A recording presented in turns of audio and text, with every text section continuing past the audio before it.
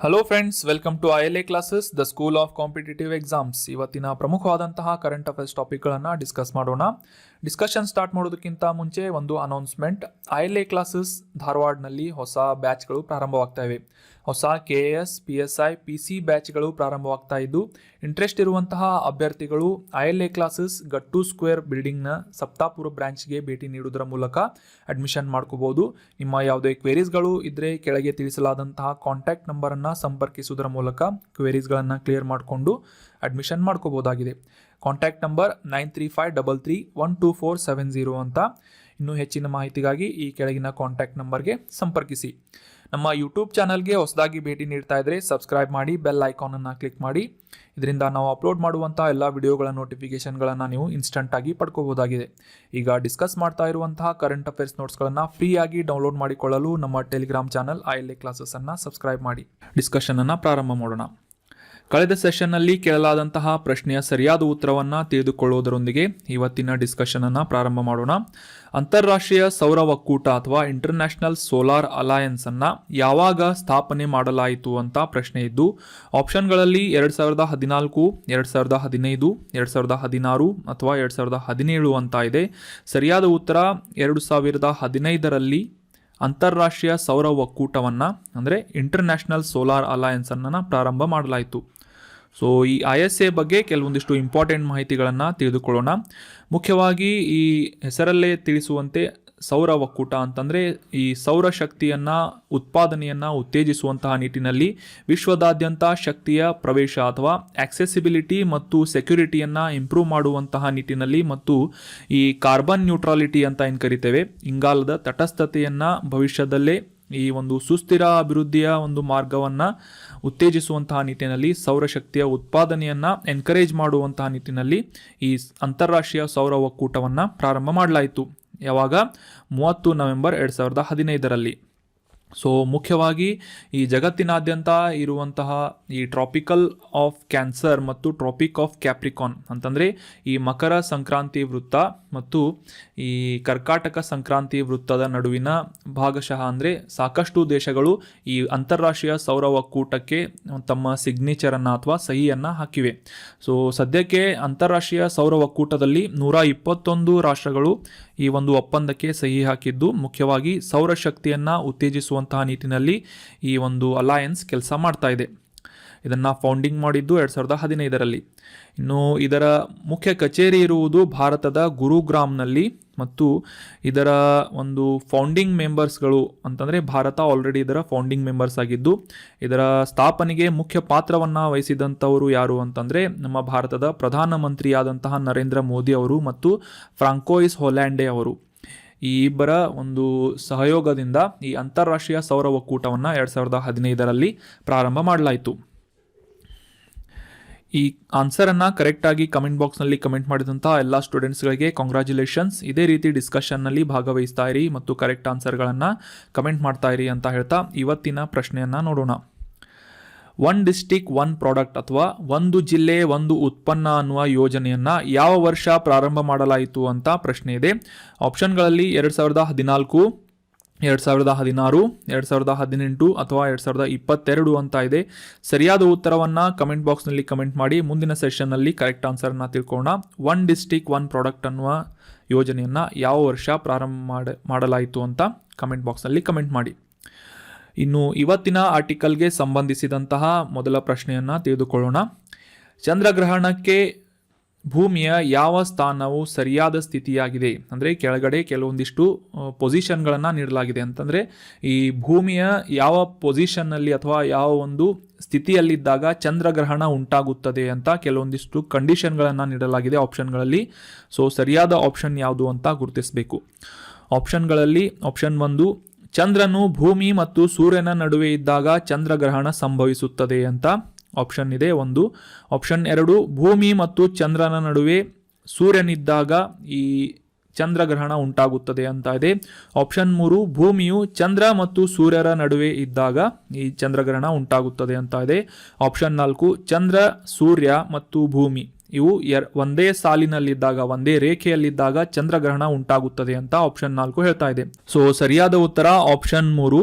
ಭೂಮಿಯು ಚಂದ್ರ ಮತ್ತು ಸೂರ್ಯನ ನಡುವೆ ಒಂದೇ ಸಾಲಿನಲ್ಲಿ ಅಥವಾ ಒಂದೇ ರೇಖೆಯಲ್ಲಿ ಬಂದಾಗ ಚಂದ್ರಗ್ರಹಣ ಉಂಟಾಗುತ್ತದೆ ಅನ್ನೋದು ಸರಿಯಾದ ಆಪ್ಷನ್ ಆಗಿದೆ. Option 3 is right answer. Recent ಆಗಿ ಚಂದ್ರಗ್ರಹಣ ಉಂಟಾಯಿತು. ಭಾರತದಲ್ಲಿ ಗೋಚರವಾದಂತಹ ಈ ಚಂದ್ರಗ್ರಹಣ ನವೆಂಬರ್ 8ನೇ ತಾರೀಕು 2022ರಂದು ಸಂಭವಿಸಿತು. ಸೊ ನಾವೆಲ್ಲ ಇದನ್ನ ವಿಟ್ನೆಸ್ ಮಾಡಿದ್ವಿ. ಸೊ ಈ ಒಂದು ಸಂಪೂರ್ಣ ಚಂದ್ರಗ್ರಹಣ ಏನಿದೆ ಭಾರತದ ಎಲ್ಲ ಪ್ರದೇಶಗಳಲ್ಲೂ ಎಲ್ಲ ಸ್ಥಳಗಳಲ್ಲೂ ಕೂಡ ಈ ಒಂದು ಗ್ರಹಣ ಏನಿದೆ ಗೋಚರವಾಯಿತು ಅಂತ ಕಾಂಟೆಕ್ಸ್ಟ್ನಲ್ಲಿದೆ. ಸೊ ಹೀಗಾಗಿ ಈ ಚಂದ್ರಗ್ರಹಣದ ಕುರಿತಾದಂತಹ ಜಾಗ್ರಫಿಗೆ ಸಂಬಂಧಿಸಿದಂತಹ ಕೆಲವೊಂದಿಷ್ಟು ಇಂಪಾರ್ಟೆಂಟ್ ಕಾನ್ಸೆಪ್ಟ್ಗಳನ್ನು ಅರ್ಥ ಮಾಡ್ಕೊಳ್ಳೋಣ. ಮುಖ್ಯವಾಗಿ ಈ ಚಂದ್ರಗ್ರಹಣ ಉಂಟಾಗುವುದು ಫುಲ್ ಮೂನ್ ಡೇ ಅಥವಾ ಹುಣ್ಣಿಮೆಯ ದಿನ ಮಾತ್ರ ಆಗುವುದು ಸಾಧ್ಯವಾಗಿದೆ.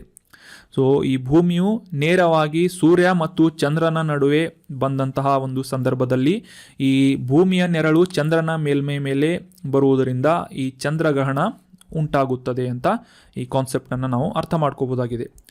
ಈ ಒಂದು ಚಂದ್ರಗ್ರಹಣದ ಕಾನ್ಸೆಪ್ಟನ್ನು ಇನ್ನೂ ಡೀಟೇಲ್ ಆಗಿ ಅಂಡರ್ಸ್ಟ್ಯಾಂಡ್ ಮಾಡ್ಕೊಳ್ಳೋದಾದರೆ, ಈ ಸೂರ್ಯನಿಂದ ಯಾವ ರೀತಿ ಈ ಚಂದ್ರನು ತನ್ನ ಮೇಲ್ಮೈ ಮೇಲೆ ಬಿದ್ದಂತಹ ಕಿರಣಗಳನ್ನು ಅಥವಾ ಬೆಳಕನ್ನು ಪ್ರತಿಫಲಿಸುವುದರ ಮೂಲಕ ಭೂಮಿಯ ಮೇಲಿರುವಂತಹ ನಮಗೆ ಈ ಚಂದ್ರನು ಗೋಚರವಾಗುತ್ತಾನೆ.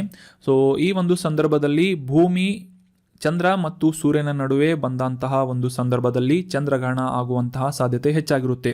ಸೊ ಅದರಲ್ಲೂ ಕೂಡ ಈ ಮುಖ್ಯವಾಗಿ ಈ ಪೆನಂಬ್ರಲ್ ಮತ್ತು ಅಂಬ್ರಲ್ ಅಂತನ್ನುವ 2 ಶ್ಯಾಡೋ ಝೋನ್ಗಳಿರುತ್ತೆ. ಪೆನಂಬ್ರಲ್ ಶ್ಯಾಡೋ ಝೋನ್ ಮತ್ತು ಅಂಬ್ರಲ್ ಶ್ಯಾಡೋ ಝೋನ್ ಅಂತ. ಸೊ ಈ ಅಂಬ್ರಲ್ ಶ್ಯಾಡೋ ಝೋನ್ ಅಂತಂದರೆ ಏನು ಅಂತಂದರೆ, ಈ ಒಂದು ಇಮೇಜ್ನಲ್ಲಿ ನೋಡ್ಬೋದು ನೀವು ಯಾವ ರೀತಿ ಸೂರ್ಯ, ಭೂಮಿ ಮತ್ತು ಚಂದ್ರ ಈ 3 ಗ್ರಹ ಮತ್ತು ಉಪಗ್ರಹಗಳು ಮತ್ತು ನಕ್ಷತ್ರಗಳು ಒಂದೇ ರೇಖೆಯಲ್ಲಿ ಬಂದಂತಹ ಸಂದರ್ಭದಲ್ಲಿ ಚಂದ್ರಗ್ರಹಣ ಉಂಟಾಗುತ್ತೆ. ಅದರಲ್ಲಿ ಮುಖ್ಯವಾಗಿ ಈ ಭೂಮಿಯ ನೆರಳು ಎಕ್ಸಾಕ್ಟ್ ಆಗಿ ಈ ಒಂದು ಅಂಬ್ರಲ್ ಅನ್ನುವ ಒಂದು ಶ್ಯಾಡೋ ಝೋನ್ನಲ್ಲಿ ಇರುವಂತಹ ಚಂದ್ರನ ಮೇಲೆ ಬಿದ್ದಾಗ ಕಂಪ್ಲೀಟ್ ಆದಂತಹ ಅಥವಾ ಸಂಪೂರ್ಣ ಚಂದ್ರಗ್ರಹಣ ಉಂಟಾಗುತ್ತೆ. ಅದೇ ರೀತಿಯಾಗಿ ಈ ಒಂದು ಪೆನಂಬ್ರಲ್ ಅನ್ನುವ ಒಂದು ಶ್ಯಾಡೋ ಝೋನ್ನಲ್ಲಿ ಈ ಒಂದು ಇಮೇಜ್ನಲ್ಲಿ ನೋಡ್ಬೋದು, ಈ ಒಂದು ಕೋನಾಕಾರವಾದಂತಹ ಒಂದು ಪ್ರದೇಶದಲ್ಲಿ ಈ ನೆರಳು ಅಂತಂದರೆ ಭೂಮಿಯ ನೆರಳು ಚಂದ್ರನ ಮೇಲೆ ಬಿದ್ದಂತಹ ಸಂದರ್ಭದಲ್ಲಿ ಅದನ್ನು ಅರ್ಧ ಚಂದ್ರಗ್ರಹಣ ಅಥವಾ ಪಾರ್ಷಿಯಲ್ ಲೂನಾರ್ ಎಕ್ಲಿಪ್ಸ್ ಅಂತ ಕರೆಯಲಾಗುತ್ತೆ. ಸೊ ಈ ರೀತಿಯಾಗಿ 3 ವಿಧವಾದಂತಹ ಈ ಎಕ್ಲಿಪ್ಸ್ಗಳನ್ನು ಅಥವಾ ಲೂನಾರ್ ಎಕ್ಲಿಪ್ಸ್ಗಳು ಅಥವಾ ಚಂದ್ರಗ್ರಹಣವನ್ನು ವಿಭಾಗಿಸಲಾಗಿದ್ದು, ಅದರಲ್ಲಿ ಪೆನಂಬ್ರಲ್ ಅಂತ ನಾವು ಡಿಸ್ಕಸ್ ಮಾಡಿದ ಹಾಗೆ ಭೂಮಿಯ ಪೆನಾಂಬ್ರಲ್ ನೆರಳಿನ ಪ್ರದೇಶದಲ್ಲಿ ಈ ಒಂದು ಚಂದ್ರ ಏನಾದರೂ ಕಾಣಿಸಿಕೊಂಡ್ರೆ ಆ ಒಂದು ಸಂದರ್ಭದಲ್ಲಿ ಅದನ್ನು ಈ ಪೆನಂಬ್ರಲ್ ಚಂದ್ರಗ್ರಹಣ ಅಂತ ಕಾಣಬಹುದಾಗಿದೆ. ಇದು ಮುಖ್ಯವಾಗಿ ಶೈಕ್ಷಣಿಕ ಆಸಕ್ತಿಯನ್ನು ಮಾತ್ರ ಹೆಚ್ಚಿಸುವಂತಹ ಒಂದು ಗ್ರಹಣವಾಗಿದ್ದು, ಸಾಮಾನ್ಯವಾಗಿ ಎಲ್ಲ ಜನರಿಗೆ ಈ ಒಂದು ಪೆನಂಬ್ರಲ್ ಚಂದ್ರಗ್ರಹಣವನ್ನು ವೀಕ್ಷಿಸಲು ಸಾಧ್ಯವಾಗುವುದಿಲ್ಲ. ಸೊ ಹೀಗಾಗಿ ಶೈಕ್ಷಣಿಕ ಆಸಕ್ತಿ ಅಂತಂದರೆ ಈ ಒಂದು ವಿಜ್ಞಾನಿಗಳಾಗಿರ್ಬೋದು ಅಥವಾ ಅದರ ವಿದ್ಯಾರ್ಥಿಗಳಾಗಿರ್ಬೋದು, ಈ ರೀತಿಯಾದಂತಹ ಜನರಿಗೆ ಈ ಒಂದು ಪೆನಂಬ್ರಲ್ ಚಂದ್ರಗ್ರಹಣ ಏನಿದೆ ಸಾಕಷ್ಟು ಕ್ಯೂರಿಯಾಸಿಟಿಯನ್ನು ಉಂಟು ಮಾಡಿರುತ್ತೆ. ಇನ್ನು ಭಾಗಶಃ ಚಂದ್ರಗ್ರಹಣ ಯಾವ ರೀತಿ ಆಗುತ್ತೆ ಅಂತಂದರೆ, ಈ ಒಂದು ಅಂಬ್ರಲ್ ಪ್ರದೇಶ ಈ ಒಂದು ಇಮೇಜ್ನಲ್ಲಿ ನೋಡ್ಬೋದು ನೀವು, ಅಂಬ್ರಲ್ ಪ್ರದೇಶದ ಒಂದು ಅರ್ಧದಷ್ಟು ಭಾಗವನ್ನು ಈ ಚಂದ್ರ ಏನಾದರೂ ನೆರಳಿನ ಪ್ರದೇಶದಲ್ಲಿ ಬಂದಂತಹ ಸಂದರ್ಭದಲ್ಲಿ ಅರ್ಧ ಚಂದ್ರಗ್ರಹಣವಾಗುತ್ತೆ. ಸೊ ಇದನ್ನು ಪಾರ್ಷಿಯಲ್ ಲೂನಾರ್ ಎಕ್ಲಿಪ್ಸ್ ಅಂತ ಕರೆಯಲಾಗುತ್ತೆ. ಅದೇ ರೀತಿಯಾಗಿ ಕಂಪ್ಲೀಟ್ ಆದಂತಹ ಸೂರ್ಯಗ್ರಹಣ ಅಥವಾ ಫುಲ್ ಲೂನಾರ್ ಎಕ್ಲಿಪ್ಸ್ ಅಂತ ಏನು ಕರಿತೇವೆ, ಅದು ಎಕ್ಸಾಕ್ಟ್ಲಿ ಅಂಬ್ರಲ್ ಅನ್ನುವ ಪ್ರದೇಶದಲ್ಲಿ ಈ ಒಂದು ನೆರಳಿನ ಪ್ರದೇಶದಲ್ಲಿ ಮೂನ್ ಏನಾದರೂ ಅಥವಾ ಈ ಚಂದ್ರ ಏನಾದರೂ ಬಂದರೆ ಅದನ್ನು ಸಂಪೂರ್ಣ ಚಂದ್ರಗ್ರಹಣ ಅಂತ ಕರೆಯಲಾಗುತ್ತೆ. ಸೊ ಈ ರೀತಿಯಾಗಿ 3 ವಿಧವಾದಂತಹ ಚಂದ್ರಗ್ರಹಣವನ್ನು ಖಗೋಳಶಾಸ್ತ್ರಜ್ಞರು ಮೂಲಭೂತವಾಗಿ ವಿಭಾಗಿಸಿದ್ದಾರೆ. ಸೊ ಐ ಹೋಪ್ ನಿಮಗೆ ಚಂದ್ರಗ್ರಹಣದ ಬಗ್ಗೆ ಸಾಕಷ್ಟು ಇನ್ಫಾರ್ಮೇಷನ್ ಅರ್ಥ ಆಯಿತು ಅಂತ ಅನ್ಕೋತೀನಿ. ಇನ್ನು ಮುಂದಿನ ಪ್ರಶ್ನೆಯನ್ನು ನೋಡೋಣ. ಅಟಲ್ ಇನ್ನೋವೇಷನ್ ಮಿಷನ್ ಅನ್ನು 2016ರಲ್ಲಿ ಪ್ರಾರಂಭ ಮಾಡಲಾಯಿತು ಅಂತ ನಮಗೆಲ್ಲ ಗೊತ್ತಿರುವಂಥ ವಿಷಯ. ಆದರೆ ಈ ಕೆಳಗಿನ ಯಾವ ಸಂಸ್ಥೆ ಅಥವಾ ಸಚಿವಾಲಯದ ಅಡಿಯಲ್ಲಿ ಅಟಲ್ ಇನ್ನೋವೇಷನ್ ಮಿಷನ್ ಅನ್ನು ಪ್ರಾರಂಭ ಮಾಡಲಾಯಿತು 2016ರಲ್ಲಿ ಅಂತ ಪ್ರಶ್ನೆ ಇದೆ. ಆಪ್ಷನ್ 1 ವಿಜ್ಞಾನ ಮತ್ತು ತಂತ್ರಜ್ಞಾನ ಸಚಿವಾಲಯದ ಅಡಿಯಲ್ಲಿ, ಆಪ್ಷನ್ 2 ಶಿಕ್ಷಣ ಸಚಿವಾಲಯದ ಅಡಿಯಲ್ಲಿ, ಆಪ್ಷನ್ 3 ನೀತಿ ಆಯೋಗ ಸಂಸ್ಥೆಯ ಅಡಿಯಲ್ಲಿ, ಆಪ್ಷನ್ 4 RDPR ಸಚಿವಾಲಯ ಅಥವಾ rural development and panchayat Raj ಸಚಿವಾಲಯ. ಸೊ ಸರಿಯಾದ ಉತ್ತರ ಆಪ್ಷನ್ ಸಿ, ನೀತಿ ಆಯೋಗದ ಅಡಿಯಲ್ಲಿ 2016ರಲ್ಲಿ ಅಟಲ್ ಇನ್ನೋವೇಷನ್ ಮಿಷನ್ ಅನ್ನು ಪ್ರಾರಂಭ ಮಾಡಲಾಯಿತು. ಸೊ ಈ ಅಟಲ್ ಇನ್ನೋವೇಷನ್ ಮಿಷನ್ ಬಗ್ಗೆ ಸಾಕಷ್ಟು ಇನ್ಫಾರ್ಮೇಷನ್ಗಳನ್ನು ತಿಳಿದುಕೊಳ್ಳೋಣ. ಅದಕ್ಕಿಂತ ಮುಖ್ಯವಾಗಿ ಈ ಒಂದು ಕಾಂಟೆಕ್ಸ್ಟನ್ನು ಅರ್ಥ ಮಾಡ್ಕೊಳ್ಳೋದಾದರೆ, ರೀಸೆಂಟಾಗಿ ಈ innovations for you coffee table book ಅನ್ನುವ ಒಂದು ಪುಸ್ತಕವನ್ನು ನೀತಿ ಆಯೋಗದ ಅಟಲ್ ಇನ್ನೋವೇಷನ್ ಮಿಷನ್ನ ಅಡಿಯಲ್ಲಿ ನಮ್ಮ ಭಾರತದ 75ನೇ ಈ ಸ್ವತಂತ್ರ ವಾರ್ಷಿಕೋತ್ಸವದ ಸಂದರ್ಭದಲ್ಲಿ ಯಶಸ್ವಿ ಮಹಿಳಾ ಉದ್ಯಮಿಗಳನ್ನು ಒಳಗೊಂಡಂತಹ ಅಥವಾ 75 ಯಶಸ್ವಿ ಮಹಿಳಾ ಉದ್ಯಮಿಗಳನ್ನು ಒಳಗೊಂಡಂತಹ ಈ ಒಂದು ಪುಸ್ತಕವನ್ನು ಪಬ್ಲಿಷ್ ಮಾಡಲಾಗಿದೆ. ಇದು ಈ innovation for you coffee table book ಅನ್ನುವ ಒಂದು ಪುಸ್ತಕದ ಸಿರೀಸ್ನ 4ನೇ ಎಡಿಷನನ್ನು ರಿಲೀಸ್ ಮಾಡಲಾಗಿದೆ. ಇದಕ್ಕಿಂತ ಮುಂಚೆ 3 ಈ ರೀತಿಯಾದಂತಹ ಆವೃತ್ತಿಗಳನ್ನು, ಈ ಪುಸ್ತಕದ ಸರಣಿಗಳನ್ನು ಬಿಡುಗಡೆ ಮಾಡಲಾಗಿದ್ದು, ಇದು 4ನೇ ಆವೃತ್ತಿಯ ಪುಸ್ತಕವಾಗಿದೆ. ಇದರಲ್ಲಿ 75 ಮಹಿಳಾ ಯಶಸ್ವಿ ಉದ್ಯಮಿಗಳ ಒಂದು ಇನ್ಫಾರ್ಮೇಷನ್ಗಳನ್ನು ಅಥವಾ ಅವರ ಒಂದು ಯಶಸ್ಸಿನ ಒಂದು ಸ್ಟೋರೀಸ್ಗಳನ್ನು ಮೆನ್ಷನ್ ಮಾಡಲಾಗಿದೆ. ಇನ್ನು ಈ ಅಟಲ್ ಇನ್ನೋವೇಷನ್ ಅಡಿಯಲ್ಲಿ 3 ಪ್ರಮುಖವಾದಂತಹ ಕಾರ್ಯಕ್ರಮಗಳಾದಂತಹ ಅಟಲ್ ಇನ್ಕ್ಯುಬೇಷನ್ ಸೆಂಟರ್ ಆಗಿರ್ಬೋದು, ಅಟಲ್ ಕಮ್ಯುನಿಟಿ ಇನ್ನೋವೇಷನ್ ಸೆಂಟರ್ ಆಗಿರ್ಬೋದು, ಅಟಲ್ ನ್ಯೂ ಇಂಡಿಯಾ ಚಾಲೆಂಜ್ಗಳ ಒಂದು ಸ್ಟಾರ್ಟಪ್ಗಳ ಯಶಸ್ಸಿನ ಕಥೆಗಳನ್ನು ರಿಲೀಸ್ ಮಾಡುವಂತಹ ಒಂದು ಪ್ರೋಗ್ರಾಮ್ ಆಗಿರ್ಬೋದು, ಈ ರೀತಿಯಾದಂತಹ ಪ್ರಮುಖ ಕಾರ್ಯಕ್ರಮಗಳನ್ನು ಇದರಲ್ಲಿ ಅಳವಡಿಸಲಾಗಿದೆ. ಈ ಒಂದು innovation for you coffee table book, ಇದರ ಈ ಸರಣಿಯ 3 ಪುಸ್ತಕಗಳು ಆಲ್ರೆಡಿ ರಿಲೀಸ್ ಆಗಿವೆ ಅಂತ ನಾವು ತಿಳ್ಕೊಂಡ್ವಿ. ಅದರ ಮೊದಲನೇ ಆವೃತ್ತಿಯಲ್ಲಿ ಹೆಲ್ತ್ ಕೇರ್ ಕುರಿತಾದಂತಹ ಆ ಒಂದು ವಲಯಕ್ಕೆ ಕುರಿತಾದಂತಹ ಕೆಲವೊಂದಿಷ್ಟು ಇಂಪಾರ್ಟೆಂಟ್ ಮಾಹಿತಿಗಳ ಮೇಲೆ ಈ ಒಂದು ಪುಸ್ತಕದ ವಿಷಯವನ್ನು ಕೇಂದ್ರೀಕರಿಸಲಾಗಿತ್ತು. ಇನ್ನು 2ನೇ ಆವೃತ್ತಿಯಲ್ಲಿ ಕೃಷಿ ಮತ್ತು ಸಂಬಂಧಿತ ವಲಯಗಳ ಒಂದು ವಿಷಯದ ಮೇಲೆ ಈ ಒಂದು ಕಾಫಿ ಟೇಬಲ್ ಬುಕ್ ಅನ್ನುವ 2ನೇ ಎಡಿಷನನ್ನು ರಿಲೀಸ್ ಮಾಡಲಾಗಿತ್ತು. 3ನೇ ಎಡಿಷನ್ನಲ್ಲಿ ಸಾರಿಗೆ ಮತ್ತು ಮೊಬೈಲಿಟಿಯ ಕುರಿತಾದಂತಹ ಟ್ರಾನ್ಸ್ಪೋರ್ಟೇಷನ್ ಆ್ಯಂಡ್ ಮೊಬೈಲಿಟಿ ಅನ್ನುವ ವಿಷಯದ ಮೇಲೆ ಫೋಕಸ್ ಮಾಡಿ ಪುಸ್ತಕವನ್ನು ಪಬ್ಲಿಷ್ ಮಾಡಲಾಗಿತ್ತು. ಇನ್ನು 4ನೇ ಆದಂತಹ ಈ innovations for you coffee table ಬುಕ್ನಲ್ಲಿ ಈ 75 ಯಶಸ್ವಿ ಮಹಿಳಾ ಉದ್ಯಮಿಗಳ ಒಂದು ಕಥೆಯನ್ನು ಅಥವಾ ಯಶಸ್ಸಿನ ಗಾಥೆಯನ್ನು ಮೆನ್ಷನ್ ಮಾಡಲಾಗಿದೆ. ಸೊ ಈ ಅಟಲ್ ಇನ್ನೋವೇಷನ್ ಮಿಷನ್ನ ಅಡಿಯಲ್ಲಿ 2900 ಅಂದರೆ 2900 ಪ್ಲಸ್ ಸ್ಟಾರ್ಟಪ್ಗಳ ಹೆಚ್ಚಿನ ಮಾಹಿತಿಯನ್ನು ಮತ್ತು 850ಕ್ಕೂ ಹೆಚ್ಚು ಮಹಿಳೆಯರನ್ನು ಮುನ್ನಡೆಸುತ್ತಿರುವಂತಹ ಒಂದು ವಿಷಯವನ್ನು ಇದರಲ್ಲಿ ಚರ್ಚಿಸಲಾಗಿದೆ. ಇನ್ನು ಈ ಅಟಲ್ ಇನ್ನೋವೇಷನ್ ಮಿಷನ್ ಬಗ್ಗೆ ನಾವು ಇಷ್ಟೊಂದು ಡಿಸ್ಕಸ್ ಮಾಡಿದ್ವಿ. ಇದು ಏನು ಅಂತ ಕೂಡ ಡಿಸ್ಕಸ್ ಮಾಡೋಣ. 2016ರಲ್ಲಿ ನೀತಿ ಆಯೋಗದಿಂದ ಪ್ರಾರಂಭ ಮಾಡಲಾದಂತಹ ಈ ಅಟಲ್ ಇನ್ನೋವೇಷನ್ ಮಿಷನ್ನ ಅಡಿಯಲ್ಲಿ ಮುಖ್ಯವಾಗಿ ಸ್ವ ಉದ್ಯೋಗ ಮತ್ತು ಪ್ರತಿಭೆಯ ಬಳಕೆ ಅಂದರೆ self employment and talent utilisation Setu ಸೇರಿದಂತೆ ಅಟಲ್ ಇನ್ನೋವೇಷನ್ ಮಿಷನ್ನಲ್ಲಿ ತಂತ್ರಜ್ಞಾನ ಚಾಲಿತವಾದಂತಹ ಒಂದು ಪ್ರದೇಶಗಳಲ್ಲಿ ನಾವೀನ್ಯತೆ ಮತ್ತು ಉದ್ಯಮಶೀಲತೆಯ ಸಂಸ್ಕೃತಿಯನ್ನು ಉತ್ತೇಜಿಸುವಂತಹ ನಿಟ್ಟಿನಲ್ಲಿ ಅಥವಾ ಈ ಇನ್ನೋವೇಷನ್ ಮತ್ತು ಎಂಟರ್ಪ್ರೆನರ್ಶಿಪ್ಪನ್ನು ಇಂಪ್ರೂವ್ ಮಾಡುವಂತಹ ಒಂದು ಕಲ್ಚರನ್ನು ಡೆವಲಪ್ ಮಾಡುವಂತಹ ಉದ್ದೇಶದಲ್ಲಿ ಈ ಅಟಲ್ ಇನ್ನೋವೇಷನ್ ಮಿಷನನ್ನು 2016ರಲ್ಲಿ ನೀತಿ ಆಯೋಗದಿಂದ ಪ್ರಾರಂಭ ಮಾಡಲಾಯಿತು. ಆಗಲೇ ಡಿಸ್ಕಸ್ ಮಾಡಿದ ಹಾಗೆ self employment and talent utilisation ಇದರ ಮುಖ್ಯ ಉದ್ದೇಶ ಆಗಿದ್ದು, ಈ ಒಂದು ಪ್ರೋಗ್ರಾಮ್ಗೆ 2016ರಲ್ಲಿ ನಮ್ಮ ಕೇಂದ್ರ ಕ್ಯಾಬಿನೆಟ್ನಿಂದ ಅನುಮೋದನೆಯನ್ನು ನೀಡಲಾಗಿತ್ತು. So that was about Atal innovation mission which is launched in 2016 by NITI Aayog. ಇನ್ನು ಮುಂದಿನ ಪ್ರಶ್ನೆಯನ್ನು ನೋಡೋಣ. ರೀಸೆಂಟಾಗಿ ಭಾರತದ ಸಂವಿಧಾನದ 142ನೇ ವಿಧಿ ನ್ಯೂಸ್ನಲ್ಲಿತ್ತು. ಸೊ ಈ 142ನೇ ವಿಧಿ ಯಾವ ಒಂದು ಅಂಗಕ್ಕೆ, ಸಂವಿಧಾನದ ಸಂಸ್ಥೆ ಅಥವಾ ಅಂಗಕ್ಕೆ ಅಪ್ಲೈ ಆಗುತ್ತೆ ಅಂತ ಪ್ರಶ್ನೆ ಇದೆ. ಆಪ್ಷನ್ಗಳಲ್ಲಿ ಶಾಸಕಾಂಗಕ್ಕೆ, ಆಪ್ಷನ್ 2 ಕಾರ್ಯಾಂಗಕ್ಕೆ, ಆಪ್ಷನ್ 3 ನ್ಯಾಯಾಂಗಕ್ಕೆ, ಆಪ್ಷನ್ 4 ಭಾರತದ ರಾಷ್ಟ್ರಪತಿಗಳಿಗೆ ಅಂತ ಇದೆ. ಸರಿಯಾದ ಉತ್ತರ ಆಪ್ಷನ್ 3 ನ್ಯಾಯಾಂಗಕ್ಕೆ. ಜುಡಿಷಿಯರಿಗೆ ಸಂಬಂಧಿಸಿದಂತಹ ಈ ಭಾರತದ ಸಂವಿಧಾನದ 142ನೇ ವಿಧಿ ಏನಿದೆ, ಆರ್ಟಿಕಲ್ ಏನಿದೆ, ನ್ಯೂಸ್ನಲ್ಲಿತ್ತು. ಸೊ ಹೀಗಾಗಿ ಈ 142ನೇ ಆರ್ಟಿಕಲ್ ಏನು ಹೇಳುತ್ತೆ, ಇದರ ಕುರಿತಾದಂತಹ ಕೆಲವೊಂದಿಷ್ಟು ಇಂಪಾರ್ಟೆಂಟ್ ಮಾಹಿತಿಗಳನ್ನು ತಿಳಿದುಕೊಳ್ಳೋಣ. ಮೊದಲಿಗೆ ಕಾಂಟೆಕ್ಸ್ಟನ್ನು ಅರ್ಥ ಮಾಡ್ಕೊಳ್ಳೋದಾದರೆ, ರೀಸೆಂಟಾಗಿ ನಮ್ಮ ಸುಪ್ರೀಂ ಕೋರ್ಟ್ನಲ್ಲಿ EPFOಗೆ ಸಂಬಂಧಿಸಿದಂತಹ ಒಂದು ಅಮೆಂಡ್ಮೆಂಟ್ ಕುರಿತಾದಂತಹ ಆರ್ಡರನ್ನು ಅಥವಾ ಒಂದು ತೀರ್ಪನ್ನು ನೀಡುವ ಸಂದರ್ಭದಲ್ಲಿ, EPFO ಅಂತಂದರೆ ಎಂಪ್ಲಾಯೀಸ್ ಪ್ರೊವಿಡೆಂಟ್ ಫಂಡ್ ಆರ್ಗನೈಸೇಷನ್, 2014ರಲ್ಲಿ ಈ ಒಂದು ಯೋಜನೆಯಲ್ಲಿ ತಿದ್ದುಪಡಿಯನ್ನು ಮಾಡಲಾಗಿತ್ತು. ಸೊ ಈ ತಿದ್ದುಪಡಿಯನ್ನು ಈ ಕಾನೂನಿಗೆ ಕಾಂಪ್ಲೈ ಮಾಡ್ತಾ ಇದೆ ಅಥವಾ ಕಾನೂನಿನ ಪ್ರಕಾರ ಸರಿಯಾಗಿದೆ ಅಂತ ಒಂದು ತೀರ್ಪನ್ನು ನೀಡುವಂತಹ ಸಂದರ್ಭದಲ್ಲಿ ಆರ್ಟಿಕಲ್ 142ನೇ ವಿಧಿಯನ್ನು ಅಂತಂದರೆ ಭಾರತ ಸಂವಿಧಾನದ 142ನೇ ವಿಧಿಯಲ್ಲಿ ಮೆನ್ಷನ್ ಮಾಡಲಾದಂತಹ ಅಧಿಕಾರವನ್ನು ಸುಪ್ರೀಂ ಕೋರ್ಟ್ ಬಳಸಿದೆ ಅಂತ ನಮ್ಮ ನ್ಯೂಸ್ನಲ್ಲಿ ನಾವು ಓದ್ತಾ ಇರ್ತೇವೆ. ಸೊ ಮುಖ್ಯವಾಗಿ ಈ ಎಂಪ್ಲಾಯೀಸ್ ಪ್ರಾವಿಡೆಂಟ್ ಫಂಡ್ ಆರ್ಗನೈಸೇಷನ್ಗೆ ಸಂಬಂಧಿಸಿದಂತಹ ಈ 2014ರ ತಿದ್ದುಪಡಿಗೆ ಮುಂಚಿತವಾಗಿದ್ದಂತಹ ಈ ಸಿಬ್ಬಂದಿಗೆ ಅಥವಾ ಯಾವುದೇ ಎಂಪ್ಲಾಯಿಗಳಿಗೆ ಪಿಂಚಣಿಯನ್ನು ನೀಡುವಂತಹ ಒಂದು ವ್ಯಾಪ್ತಿಯನ್ನು ಹೆಚ್ಚಿಸುವಂತಹ ನಿಟ್ಟಿನಲ್ಲಿ ಈ ಒಂದು ತೀರ್ಪನ್ನು ನೀಡುವಂತಹ ಸಂದರ್ಭದಲ್ಲಿ ಭಾರತದ ಸಂವಿಧಾನದ 142ನೇ ವಿಧಿಯ ಅಧಿಕಾರವನ್ನು ಈ ಜುಡಿಷರಿಯಿಂದ ಅಥವಾ ಸುಪ್ರೀಂ ಕೋರ್ಟ್ನಿಂದ ಬಳಸಲಾಗಿದೆ ಅಂತ ನ್ಯೂಸ್ನಲ್ಲಿತ್ತು.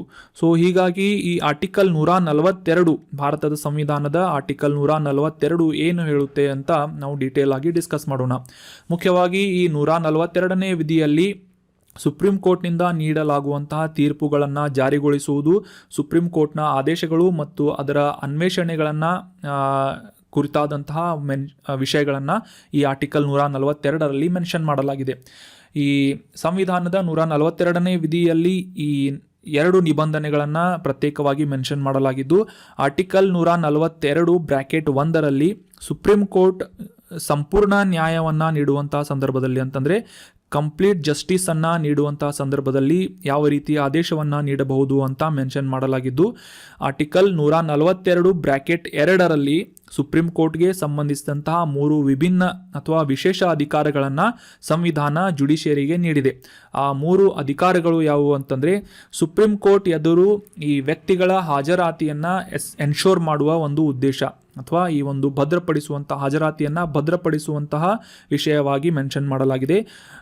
ಅದೇ ರೀತಿ 2ನೇ ಅಧಿಕಾರ ಯಾವುದು ಅಂತಂದರೆ, ಈ ಸುಪ್ರೀಂ ಕೋರ್ಟ್ಗೆ ಸಂಬಂಧಿಸಿದಂತಹ ಅದಕ್ಕೆ ಅವಶ್ಯವಿರುವಂತಹ ಡಾಕ್ಯುಮೆಂಟ್ಗಳನ್ನು ಅನ್ವೇಷಣೆ ಮಾಡುವುದು ಮತ್ತು ಪ್ರೊಡ್ಯೂಸ್ ಮಾಡುವುದು, ವಿಟ್ನೆಸ್ಗಳನ್ನು ಪ್ರೊಡ್ಯೂಸ್ ಮಾಡುವಂತಹ ಅಧಿಕಾರವನ್ನು ಕೂಡ ಸುಪ್ರೀಂ ಕೋರ್ಟ್ಗೆ ನೀಡಲಾಗಿದೆ ಆರ್ಟಿಕಲ್ 142(2). ಅದೇ ರೀತಿಯಾಗಿ ಈ ಸ್ವಂತ ಅವಹೇಳನಕಾರಿಯಾದಂತಹ ಅಥವಾ ಈ ಕಂಟೆಂಪ್ಟ್ ಆಫ್ ಕೋರ್ಟ್ಗೆ ಸಂಬಂಧಿಸಿದಂತಹ ವ್ಯಕ್ತಿಗಳಿಗೆ ಅವರ ವಿರುದ್ಧ ತನಿಖೆ ನಡೆಸುವುದು ಮತ್ತು ಅವರಿಗೆ ಶಿಕ್ಷೆಯನ್ನು ನೀಡುವಂತಹ ಒಂದು ಅಧಿಕಾರವನ್ನು ಈ ಭಾರತದ ಸಂವಿಧಾನದ 142(2) ಒಂದು ವಿಧಿಯಲ್ಲಿ ಮೆನ್ಷನ್ ಮಾಡಲಾಗಿದೆ.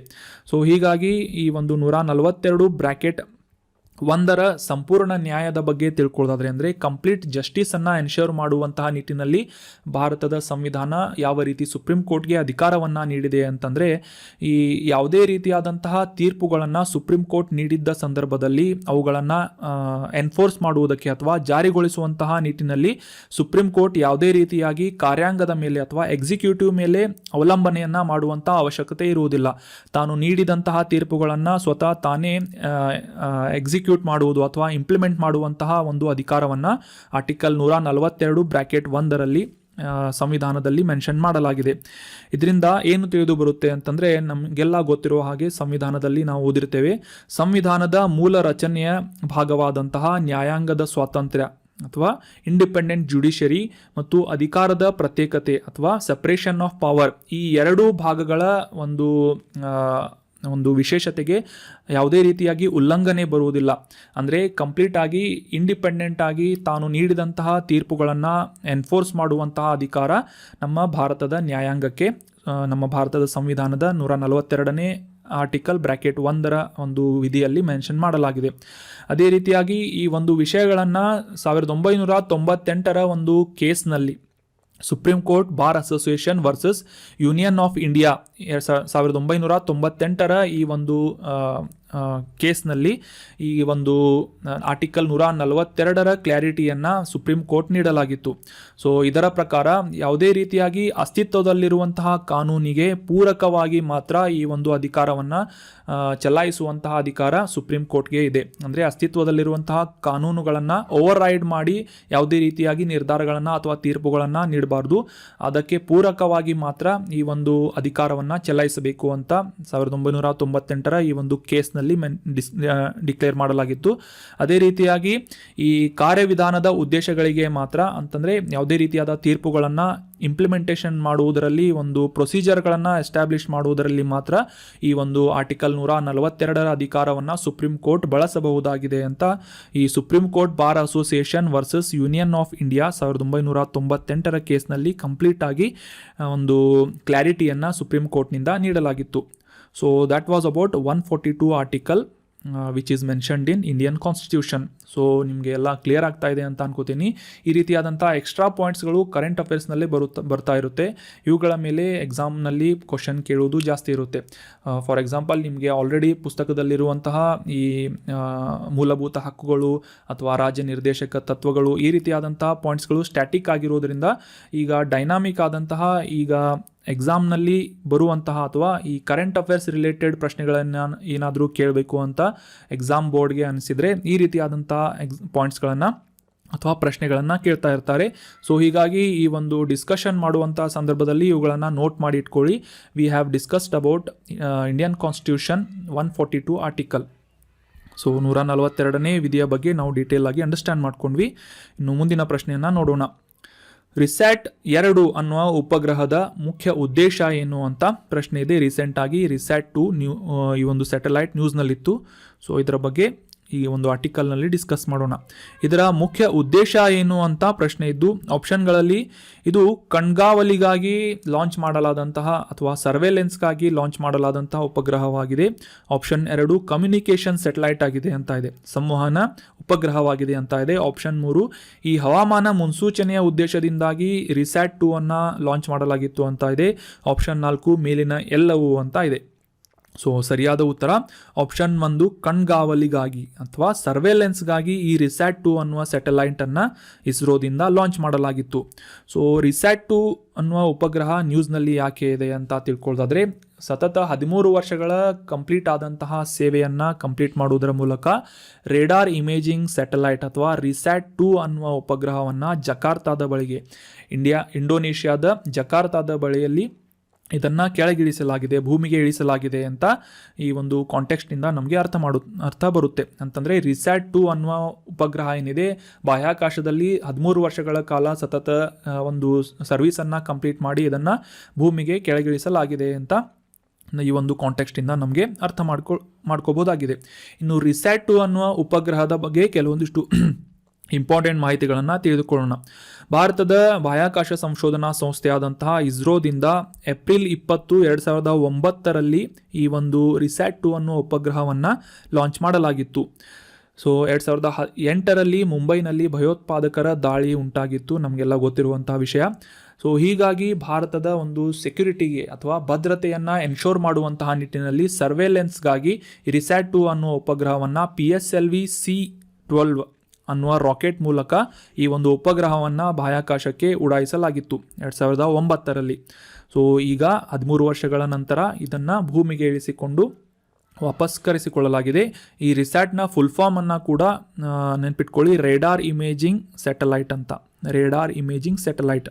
ಸೊ ಆಗಲೇ ಡಿಸ್ಕಸ್ ಮಾಡಿದ ಹಾಗೆ ಇದು ಒಂದು ಕಣ್ಗಾವಲು ಎನ್ಶೋರ್ ಮಾಡುವಂತಹ ಅಥವಾ ಸರ್ವೇಲೆನ್ಸ್ ಎನ್ಶೋರ್ ಮಾಡುವಂತಹ ಉಪಗ್ರಹವಾಗಿದ್ದು, ಈ ಭಯೋತ್ಪಾದಕರ ಒಳನುಸುಳುವಿಕೆ ಮತ್ತು ಭಯೋತ್ಪಾದನಾ ವಿರೋಧಿ ಕಾರ್ಯಾಚರಣೆಗಳ ಭಾಗವಾಗಿ ಈ ಒಂದು ಸರ್ವೇಲೆನ್ಸ್ ಸ್ಯಾಟಲೈಟನ್ನು ಆಕಾಶದಲ್ಲಿ ಅಥವಾ ಬಾಹ್ಯಾಕಾಶದಲ್ಲಿ ಉಡಾಯಿಸಲಾಗಿತ್ತು. ಇದನ್ನು ಭಾರತದ ಮೊದಲ ಆಕಾಶದ ಕಣ್ಣು ಅಂತ ಕೂಡ ಕರೆಯಲಾಗುತ್ತೆ ರಿಸ್ಯಾಟ್ 2 ಅನ್ನುವ ಉಪಗ್ರಹವನ್ನು. ಸೊ ಇದು ಸಮುದ್ರದಲ್ಲಿ ಶತ್ರು ಹಡಗುಗಳನ್ನು ಪತ್ತೆ ಹಚ್ಚಿಸುವಂತಹ ನಿಟ್ಟಿನಲ್ಲಿ ಕೂಡ ಸಾಕಷ್ಟು ರೀತಿಯಾಗಿ ಕೆಲಸವನ್ನು ಮಾಡಿದ್ದು. ಈ ರಿಸ್ಯಾಟ್ 2 ಅನ್ನುವ ಒಂದು ಉಪಗ್ರಹ ಏನಿದೆ ಸಂವೇದಕವಾದಂತಹ ಮತ್ತು ಹಗಲು ರಾತ್ರಿ ಎಲ್ಲ ಆಲ್ ವೆದರ್ ಕಂಡೀಷನ್ಗಳಲ್ಲಿ ಕೆಲಸ ಮಾಡುವಂತಹ ಒಂದು ಉಪಗ್ರಹವಾಗಿದೆ. ಇದು Israel aerospace industries X band synthetic aperture radar ಟೆಕ್ನಾಲಜಿಯನ್ನು ಅಪ್ಲೈ ಮಾಡಿಕೊಂಡು ಅಥವಾ ಅಳವಡಿಸಿಕೊಂಡು ಇದನ್ನು ಬಾಹ್ಯಾಕಾಶಕ್ಕೆ 2009ರಲ್ಲಿ ಇಸ್ರೋದಿಂದ ಲಾಂಚ್ ಮಾಡಲಾಗಿತ್ತು. ಸದ್ಯಕ್ಕೆ ಇದು ತನ್ನ ಸರ್ವಿಸನ್ನು ಕಂಪ್ಲೀಟ್ ಮಾಡಿದ್ದು ಇಂಡೋನೇಷ್ಯಾದ ಜಕಾರ್ತದಲ್ಲಿ ಇದನ್ನು ಭೂಮಿಗೆ ಇಳಿಸಲಾಗಿದೆ. So that was about RISAT 2 ಉಪಗ್ರಹ which was a surveillance satellite launched in 2009 by ISRO. ಇನ್ನು ಮುಂದಿನ ಪ್ರಶ್ನೆಯನ್ನು ನೋಡೋಣ. ಬೊನಾಲು ಅನ್ನುವ ಹಬ್ಬವನ್ನು ಎಲ್ಲಿ ಆಚರಿಸಲಾಗುತ್ತದೆ ಅಂತ ಪ್ರಶ್ನೆ ಇದೆ. ಆಪ್ಷನ್ಗಳಲ್ಲಿ ಕರ್ನಾಟಕ, ತೆಲಂಗಾಣ, ಒಡಿಶಾ ಅಥವಾ ಛತ್ತೀಸ್ಗಢ ಅಂತ ಇದೆ. ಸರಿಯಾದ ಉತ್ತರ ತೆಲಂಗಾಣದಲ್ಲಿ ಈ ಬೊನಾಲ ಅನ್ನುವ ಹಬ್ಬವನ್ನು ಆಚರಿಸಲಾಗುತ್ತದೆ. ಸೊ ಈ ಒಂದು ಫೆಸ್ಟಿವಲ್ ಬಗ್ಗೆ ಕೆಲವೊಂದಿಷ್ಟು ಇಂಪಾರ್ಟೆಂಟ್ ಮಾಹಿತಿಗಳನ್ನು ತಿಳಿದುಕೊಳ್ಳೋಣ. ರೀಸೆಂಟಾಗಿ ಬೊನಾಲು ಅನ್ನುವ ಹಬ್ಬದಲ್ಲಿ ಭಾಗವಹಿಸುವಂತಹ ನಿಟ್ಟಿನಲ್ಲಿ ಕಾಂಗ್ರೆಸ್ ನಾಯಕರಾದಂತಹ ರಾಹುಲ್ ಗಾಂಧಿ ಅವರು ತೆಲಂಗಾಣದ ಬುಡಗ ಜಂಗಲು ಸಮುದಾಯವನ್ನು ಜಾಯ್ನ್ ಆಗ್ತಾರೆ. ಅದೇ ಒಂದು ಸಂದರ್ಭದಲ್ಲಿ ಪೋತರಾಜುಲು ಸಂಪ್ರದಾಯದ ಪ್ರಕಾರ ಚಾಟಿಯನ್ನು ಕೂಡ ನಡೆಸ್ತಾರೆ ಅಂತ ಕಾಂಟೆಕ್ಸ್ಟ್ನಲ್ಲಿ ನಮಗೆ ತಿಳಿದು ಬರುತ್ತೆ. So exam point of view important ಇರುವುದೇನು ಅಂತಂದರೆ ಈ ಬೊನಾಲು ಹಬ್ಬವನ್ನು ಎಲ್ಲಿ ಆಚರಿಸ್ತಾರೆ ಅಂತಂದರೆ ತೆಲಂಗಾಣದಲ್ಲಿ. ಸೊ ಬುಡಗ ಅನ್ನುವ ಜಂಗಲು ಸಮುದಾಯ ಎಲ್ಲಿ ಕಂಡುಬರುತ್ತೆ ಅಂತಂದರೆ ತೆಲಂಗಾಣದಲ್ಲಿ. ಅದೇ ರೀತಿಯಾಗಿ ಈ ಬೊನಾಲು ಹಬ್ಬದ ಬಗ್ಗೆ ಕೆಲವೊಂದಿಷ್ಟು ಇಂಪಾರ್ಟೆಂಟ್ ಮಾಹಿತಿಗಳನ್ನು ತಿಳಿದುಕೊಳ್ಳೋಣ. ಇದು ಮಹಾಕಾಳಿ ದೇವಿಯನ್ನು ಪೂಜಿಸುವಂತಹ ಹಿಂದೂ ಹಬ್ಬವಾಗಿದ್ದು ತೆಲಂಗಾಣದ ಅವಳಿ ನಗರಗಳಾದಂತಹ ಹೈದರಾಬಾದ್ ಮತ್ತು ಸಿಕಂದ್ರಾಬಾದ್ಗಳಲ್ಲಿ ಆ ಒಂದು ಪ್ರದೇಶಗಳಲ್ಲಿ ಭಾರತದ ತೆಲಂಗಾಣ ರಾಜ್ಯದ ಈ ಇತರ ಭಾಗಗಳಲ್ಲೂ ಕೂಡ ಈ ಬೊನಾಲು ಹಬ್ಬವನ್ನು ಸಂಭ್ರಮದಿಂದ ವಾರ್ಷಿಕವಾಗಿ ಆಚರಿಸಲಾಗುತ್ತೆ. ಈ ಬೊನ್ನಂ ಅಂತಂದರೆ ತೆಲುಗಿನಲ್ಲಿ ಊಟ ಅಂತ ಅರ್ಥ ಆಗುತ್ತೆ. ಅದೇ ರೀತಿಯಾಗಿ ಮಾತೃದೇವತೆಗೆ ಅರ್ಪಣೆಯನ್ನು ನೀಡುವಂತಹ ಒಂದು ಸಂಭ್ರಮಾಚರಣೆಯ ಹಬ್ಬ ಯಾವುದು ಅಂತಂದರೆ ಬೊನಾಲು ಹಬ್ಬ, which is celebrated in Telangana state of India. So ಮುಂದಿನ ಪ್ರಶ್ನೆಯನ್ನು ನೋಡೋಣ. ಈ ಕೆಳಗಿನ ಯಾವ ಪ್ರಾಧಿಕಾರದಿಂದ ಆಧಾರ್ ಮಿತ್ರ ಅನ್ನುವ ಸೇವೆಯನ್ನು ಪ್ರಾರಂಭಿಸಲಾಗಿದೆ ಅಂತ ಪ್ರಶ್ನೆ ಇದೆ. ಆಪ್ಷನ್ಗಳಲ್ಲಿ UIDAI, ಆಪ್ಷನ್ 2 ರಾಸಾಯನಿಕಗಳು ಮತ್ತು ರಸಗೊಬ್ಬರಗಳ ಸಚಿವಾಲಯ, ಆಪ್ಷನ್ 3 ಶಿಕ್ಷಣ ಸಚಿವಾಲಯ, ಆಪ್ಷನ್ 4 ಕೃಷಿ ಸಚಿವಾಲಯ ಅಂತ ಇದೆ. ಆಧಾರ್ ಮಿತ್ರ ಸೇವೆಯನ್ನು ಪ್ರಾರಂಭಿಸಿದಂತಹ ಸಚಿವಾಲಯ ಯಾವುದು ಅಂತ ಪ್ರಶ್ನೆ ಇದ್ದು ಸರಿಯಾದ ಉತ್ತರ ಆಪ್ಷನ್ 1 UIDAI ಅಥವಾ unique identification authority of India. ಭಾರತದ ವಿಶಿಷ್ಟ ಗುರುತಿನ ಪ್ರಾಧಿಕಾರ ಅನ್ನುವ ಸಂಸ್ಥೆಯಿಂದ ಆಧಾರ್ ಮಿತ್ರ ಅನ್ನುವ ಸರ್ವಿಸನ್ನು ರೀಸೆಂಟಾಗಿ ಲಾಂಚ್ ಮಾಡಲಾಗಿದೆ. ನಮಗೆಲ್ಲ ಗೊತ್ತಿರುವ ಹಾಗೆ ನಾವು ಈಗ ಬಳಸ್ತಾ ಇರುವಂತಹ ಆಧಾರ್ ಕಾರ್ಡನ್ನು ಜಾರಿಗೊಳಿಸಿದಂತಹ ಸಂಸ್ಥೆ ಯಾವುದು ಅಂತಂದರೆ UIDAI. ಇದರ ಕನ್ನಡದ ಅರ್ಥ ಭಾರತೀಯ ವಿಶಿಷ್ಟ ಗುರುತಿನ ಪ್ರಾಧಿಕಾರ ಅಂತ ಆಗುತ್ತೆ.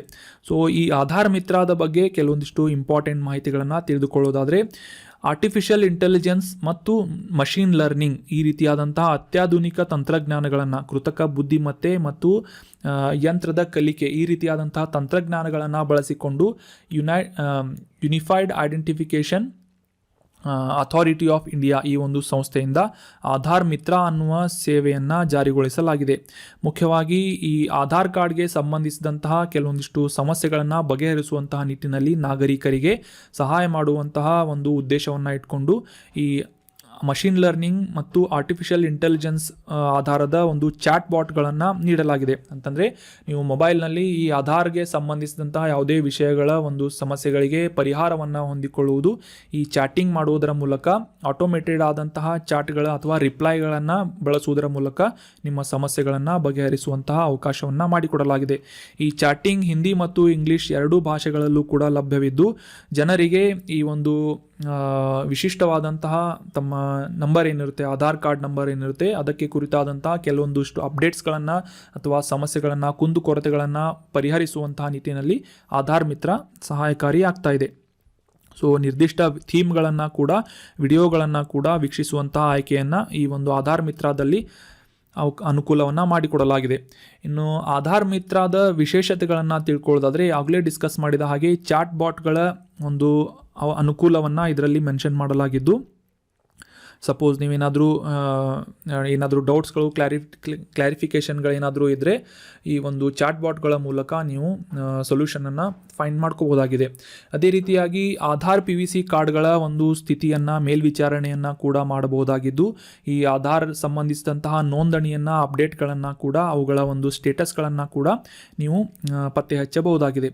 ಅಷ್ಟೇ ಅಲ್ಲದೆ ನಿಮ್ಮ ಯಾವುದೇ ರೀತಿಯಾದಂಥ ದೂರುಗಳನ್ನು ಸಲ್ಲಿಸಲು ಮತ್ತು ನಿಮ್ಮ ಎಕ್ಸಿಸ್ಟಿಂಗ್ ಆಧಾರ್ ಕಾರ್ಡ್ನ ಒಂದು ಟ್ರ್ಯಾಕಿಂಗ್ ಮಾಡುವ ಒಂದು ಅವಕಾಶವನ್ನು ಕೂಡ ಈ ಆಧಾರ್ ಮಿತ್ರ ಅನ್ನುವ ಒಂದು ಪ್ಲ್ಯಾಟ್ಫಾರ್ಮ್ನಲ್ಲಿ ಮಾಡಲಾಗಿದೆ. ಇನ್ನು ಹೆಚ್ಚಿನ ಒಂದು ಅತ್ಯಾಧುನಿಕ ಸಾಮರ್ಥ್ಯವನ್ನು ಅಭಿವೃದ್ಧಿಗೊಳಿಸಲಾಗ್ತಾ ಇದ್ದು, ಈ ಗ್ರಾಹಕ ಸಂಬಂಧ ನಿರ್ವಹಣೆ ಅಥವಾ ಕಸ್ಟಮರ್ ರಿಲೇಷನ್ಶಿಪ್ ಮ್ಯಾನೇಜ್ಮೆಂಟ್ ವ್ಯವಸ್ಥೆಯನ್ನು ಕೂಡ ಈ ಆಧಾರ್ ಮಿತ್ರದಲ್ಲಿ ಅಳವಡಿಸಲಾಗ್ತಾ ಇದೆ. ಇದರಿಂದ ಸುಮಾರು 92% ದೂರುಗಳನ್ನು ಅಥವಾ ಸಮಸ್ಯೆಗಳನ್ನು ಬಗೆಹರಿಸಲಾಗ್ತಾ ಇದೆ ಈ ಆರ್ಟಿಫಿಷಿಯಲ್ ಇಂಟೆಲಿಜೆನ್ಸ್ ಮತ್ತು ಮಷೀನ್ ಲರ್ನಿಂಗ್ ಚಾಟ್ಬಾಟ್ಗಳ ಮೂಲಕ ಮತ್ತು ಗ್ರಾಹಕ ಸಂಬಂಧ ನಿರ್ವಹಣೆ ಅಥವಾ ಕಸ್ಟಮರ್ ರಿಲೇಷನ್ಶಿಪ್ ಮ್ಯಾನೇಜ್ಮೆಂಟ್ಗಳ ಮೂಲಕ ಅಂತ ತಿಳಿಸಲಾಗಿದೆ. So that was all about today's articles. ಇನ್ನು ಇವತ್ತು ಡಿಸ್ಕಸ್ ಮಾಡಲಾದಂತಹ ಎಲ್ಲ ಆರ್ಟಿಕಲ್ಸ್ಗಳನ್ನು ಮತ್ತೊಮ್ಮೆ ರಿವೈಸ್ ಮಾಡಿಬಿಡೋಣ.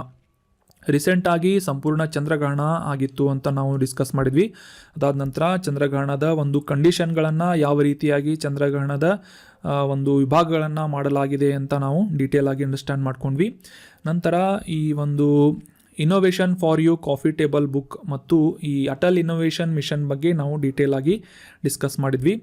ನಂತರದ ಆರ್ಟಿಕಲ್ನಲ್ಲಿ ಈ ಭಾರತದ ಸಂವಿಧಾನದ 142ನೇ ವಿಧಿಯ ಬಗ್ಗೆ ಡೀಟೇಲ್ ಆಗಿ ನಾವು ಈ ಒಂದು ಸಂವಿಧಾನಕ್ಕೆ ಸಂಬಂಧಿಸಿದಂತಹ ಕಾನ್ಸೆಪ್ಟನ್ನು ಮತ್ತು ಈ ಆರ್ಟಿಕಲ್ಗಳ ವಿವಿಧವಾದಂತಹ ಪ್ರಾವಧಾನಗಳನ್ನು ಕೂಡ ಸ್ಟಡಿ ಮಾಡಿದ್ವಿ.